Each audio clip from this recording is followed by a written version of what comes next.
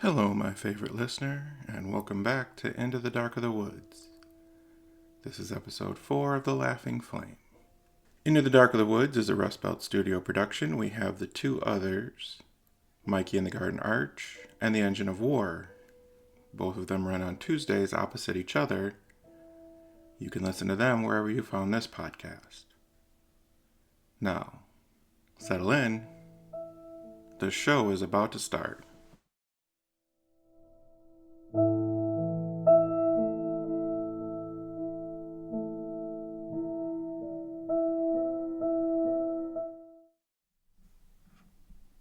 After spending the night in Christmas, the Merrits woke to the scrape and roar of plows. The sound rattled the motel windows, and snow shuddered loose from the eaves. Ben leapt from the bed at once, pressing his face to the glass. Outside, the highway was half cleared, two narrow lanes cut through the walls of taller snow than the plow itself.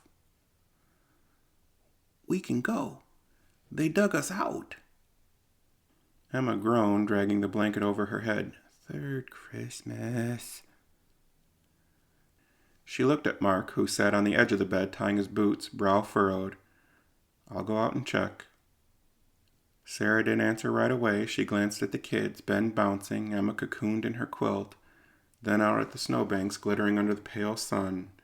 The plow blade rumbled past again, slow and tired, carving another pass, and she thought for sure that maybe they should say just one more day. When they went down for coffee, the clerk was behind the counter, hair tucked under a wool cap, cheeks red from stepping outside. She shook her head before Mark could even ask, and she told him yes, the plows had taken care of the area, but no.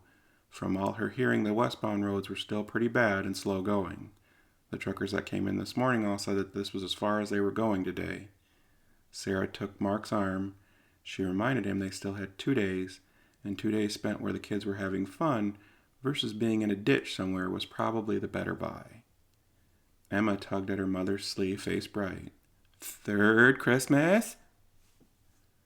That made Sarah laugh, and even Mark let out a reluctant smile. All right, one more day. The kids whooped, clattering toward the door. Ben shouted that his Lego ship still needed reinforcements. Emma declared that she was going to write postcards for everybody in Minnesota. Mark stayed at the counter, lowering his voice. "Your generator good? Looks like we got a lot of snow again last night." The clerk's cheer slipped just for a second. "There was some sputter and spark, but it should hold, and we'll get the county man to check it after the holiday." He was trying to study her face, but she had already turned toward the phone. Back in the room, the Merrits unpacked halfway again. Sarah laid out fresh socks on the heater to warm them. Emma set her reindeer on the pillow as if staking a claim, and Ben spread Lego pieces across the desk, muttering to himself about shields and rockets. Mark stood by the window, watching the plow crawl past for the third time. He told himself it was fine, safer to wait. The kids were happy, Sarah was content, and the motel had been nice enough. Still, he couldn't shake the image of the clerk's concern, and wondered if the power going out would be just enough to really put a damper on this whole affair. He turned back toward the bed, and Emma was singing softly to her reindeer. Ben whooshed his Lego ship in a wide arc. Sarah caught his eye, smiling gently, and Mark felt the weight in his shoulders ease. One more day. Outside, the neon Santa kept his vigil, arm raised against the bright snow. The plow roared against the wind, and Christmas Michigan carried on as if nothing at all were waiting in the drifts. The Merrits walked down to the diner for lunch. The booths were crowded with locals, voices low but friendly, the smell of coffee and bacon heavy in the air. Emma pressed her face to the glass case of pies until Sarah nudged her along. When their food came, the stove flared too hot in the kitchen, and a burst of flame jumped from the griddle, blackening pancakes in an instant. The cook swore under his breath, snatched the pan off the burner, and waved smoke out of his eyes. Old stove. Mark noticed, but said nothing. The kids were laughing too hard at Emma's whipped cream mustache to care. Afterwards, they wandered through the same shops, most of them selling the same things as before. This time, Mark broke down and bought one of the sweatshirts blaring, "I got stuck in Christmas." Ben rolled his eyes, anxious to go out and play with the sled that they had purchased the day before, but Emma cradled a glass snow globe in each hand, saying that she needed more to go with her collection. Then the globe cracked. They had already made the little girl set it down, and no one had been touching it, but a hairline fracture spider-webbed across the glass just the same. Then another, until the whole thing shattered. Emma shrieked, more startled than hurt, and the shopkeeper hurried over, sweeping the shards with a broom. The pieces were faintly warm to the touch, as if they'd been sitting in an oven. Sarah pulled Emma close, checking her palms. No scratches, no blood, so she soothed her, saying it was nothing, just bad glass. She kept glancing at the broom and at the way the shards seemed to glow faintly in the cold air of the shop. On the street, Neon Santa flickered. Mark caught it in the corner of his eye, the way its painted face seemed to flare red for an instant, brighter than the bulb should allow. He stopped staring at it. Did the arm twitch, too? Just a fraction, as if it were waving not at the world, but at him alone? When he blinked, the sign was steady again, humming in the daylight. Sarah asked him if everything was okay, and he shook his head yes, and kept herding his family along. The kids tugged Emma forward, Emma already laughing again, begging for hot chocolate. The day smoothed itself out as if nothing had gone wrong at the shop. By the time they trudged back toward the motel, Mark kept looking over his shoulder at the Neon Santa. Its red glow bled across the snow, brighter now in the lowering afternoon. For a moment he could almost hear something under the hum of the sign, not a voice, not a word, but a crackle, sharp as iron splitting in the frost. He shook it off. It was probably just wind in the wires. The post office was probably the warmest place in town. Its little lobby still buzzed with chatter, coats brushing against coats, children stomping snow from boots. The Merrits stood in line, Emma bouncing with postcards clutched in her mittened hands. She had scrawled "Third Christmas" across one, crooked letters sprawling away. Ben had sketched another rocket ship, adding thrusters this time. Sarah smiled faintly, nudging Mark when his patience seemed to be wearing thin. The clerk behind the counter, the same one from yesterday, pressed each card with that rubber stamp, saying Christmas Michigan flaring red across the corner, crisp and cheerful. They laughed, but Mark's crack about stamps on the forehead was getting more and more prophetic as the time went on. The bell over the door rang, and a little old woman came in. She moved slowly, hunched against the cold, her cane tapping the tile. Her hair was thin and white, face lying deep, eyes pale as smoke. A scarf wrapped her throat, faded wool, and her boots looked older than half the people in the room. "Elsie," the clerk called. "Ma'am, you don't have to come out. We would have brought stuff to you."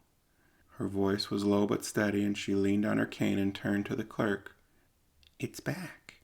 The Merrits looked at her in silence and left her to keep talking. "I saw it when I was a girl, right here in this town. We burned the factory to trap it, but the Dananton doesn't die. It waits." Mark gave Sarah a concerned look.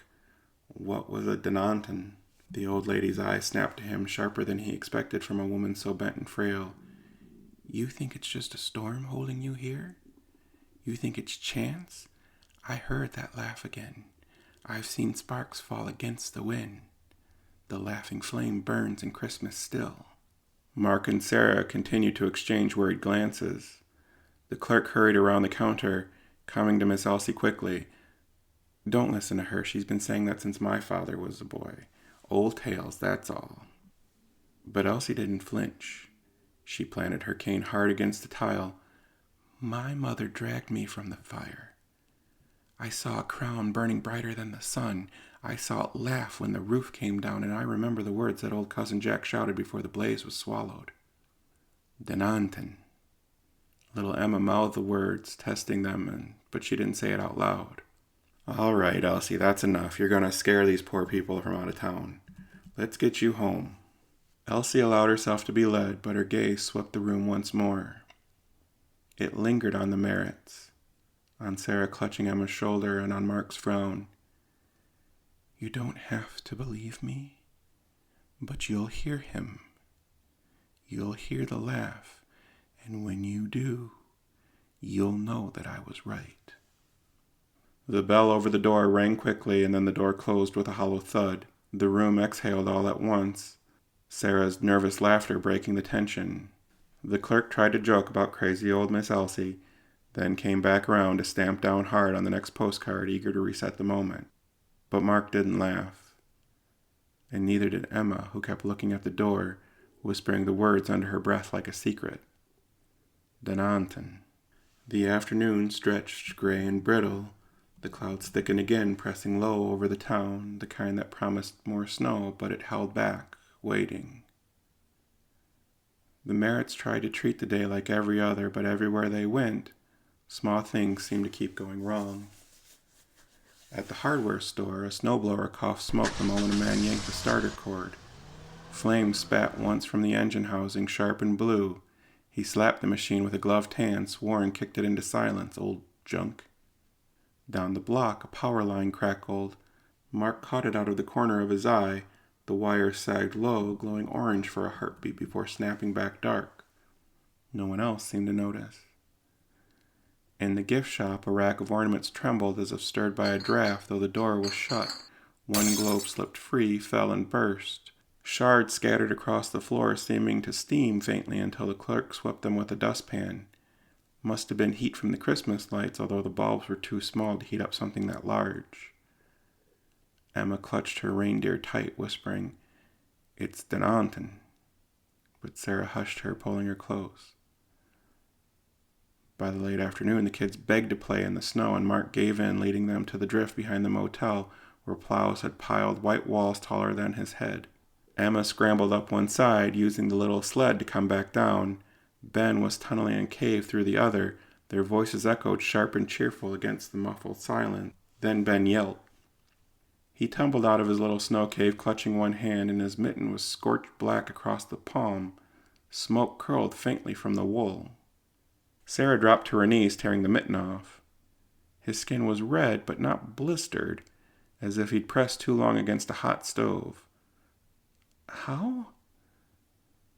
Ben shook his head, eyes wide. It got warm. Inside the snow, like something was burning. Mark looked at his tunnel. The walls were solid ice, glittering with frost. No heat lived here. Yet when he leaned close, he swore he smelled it. Not wood smoke, not fuel, but something sharper like iron struck against stone. Must have been friction. You were digging too hard, son. Snow packs and it makes heat. Sarah looked at him, disbelief flickering in her eyes, but she didn't argue. She wrapped Ben's hand in her scarf, murmuring softly until his breathing steadied. Emma sat on the drift above, clutching her reindeer, watching her brother with solemn eyes. When they finally coaxed the children back inside, dusk had settled over the town. The neon Santa burned brighter in the gathering dark, its red glow bleeding across the snow. For a moment, the whole sign flared, humming so loud it rattled the motel window. Mark froze, certain he'd seen the painted face tilt. Then it was still again. Inside, the heater clanked on and the kids huddled under blankets. Sarah rubbed warmth back into Ben's fingers, and Mark sat on the edge of the bed, jaw tight, listening to the wind scrape against the siding. Small things, he told himself. Coincidence. Machines failed, ornaments broke, wires snapped in the cold. Kids burned themselves on packed snow. That last one hurt, and in the pit of his stomach something heavier settled, the sense that all these small things belonged to one large pattern. Night fell sharp and early, and the horizon swallowed the sun. By the time the Merrits pulled their curtains, the world outside was nothing but white drifts and the steady red glow of the neon Santa. Dinner was a quiet affair of leftovers from the church social the day before. Ben poked at his food with his wrapped hand, and Emma cradled her reindeer. Sarah hummed tunelessly to try to fill the silence, and Mark flipped channels on the motel TV, but every station flickered with static. Then the lights dimmed. Not out, not yet, but low enough that the shadows stretched tall across the walls, and the heater groaned and went silent. They heard the roar of the generator kick in, its thrum vibrating through the floorboards. This time the clerk didn't rush out and no one shouted in the lock. The generator hummed steady, almost reassuring. Mark told himself it was fine, but when he looked out the window, he froze. The neon Santa was flickering. Not the usual buzz of tired wiring. This was faster, sharper. The bulb strobed red and dark, throwing the snowbank into jerking shadows. For a heartbeat, the painted face looked alive, teeth bared in a grin wider than paint should allow. Then came the sound. At first it seemed like wind whistling across the highway, but it grew sharper, deeper, until it cracked through the glass like breaking ice. A laugh. It came through, low and rumbling, and it rattled the bones, making the back of Sarah's neck prickle, made Emma clap her hands over her ears, and Ben whimpered into his blanket. It came again, longer, bending upward until it splintered into something like a scream. The motel wall seemed to vibrate with it, and the neon sign outside flaring blood red. Mark stumbled back from the window, breath caught in his throat. He had never heard wind that sounded like a laugh. Sarah pulled the children close, whispering prayers under her breath, and outside the snow hissed and settled. The laugh faded, leaving only the hum of the generator and the steady blink of the sign. But in the churned-up snow by the shed, an ember smoldered. No one saw it. Inside the room, silence stretched long, and the Merrits huddled together, waiting, listening. When the heater finally clanked back to life, Emma whispered the words she had heard at the post office, the ones she had tucked away like a secret. Dananten.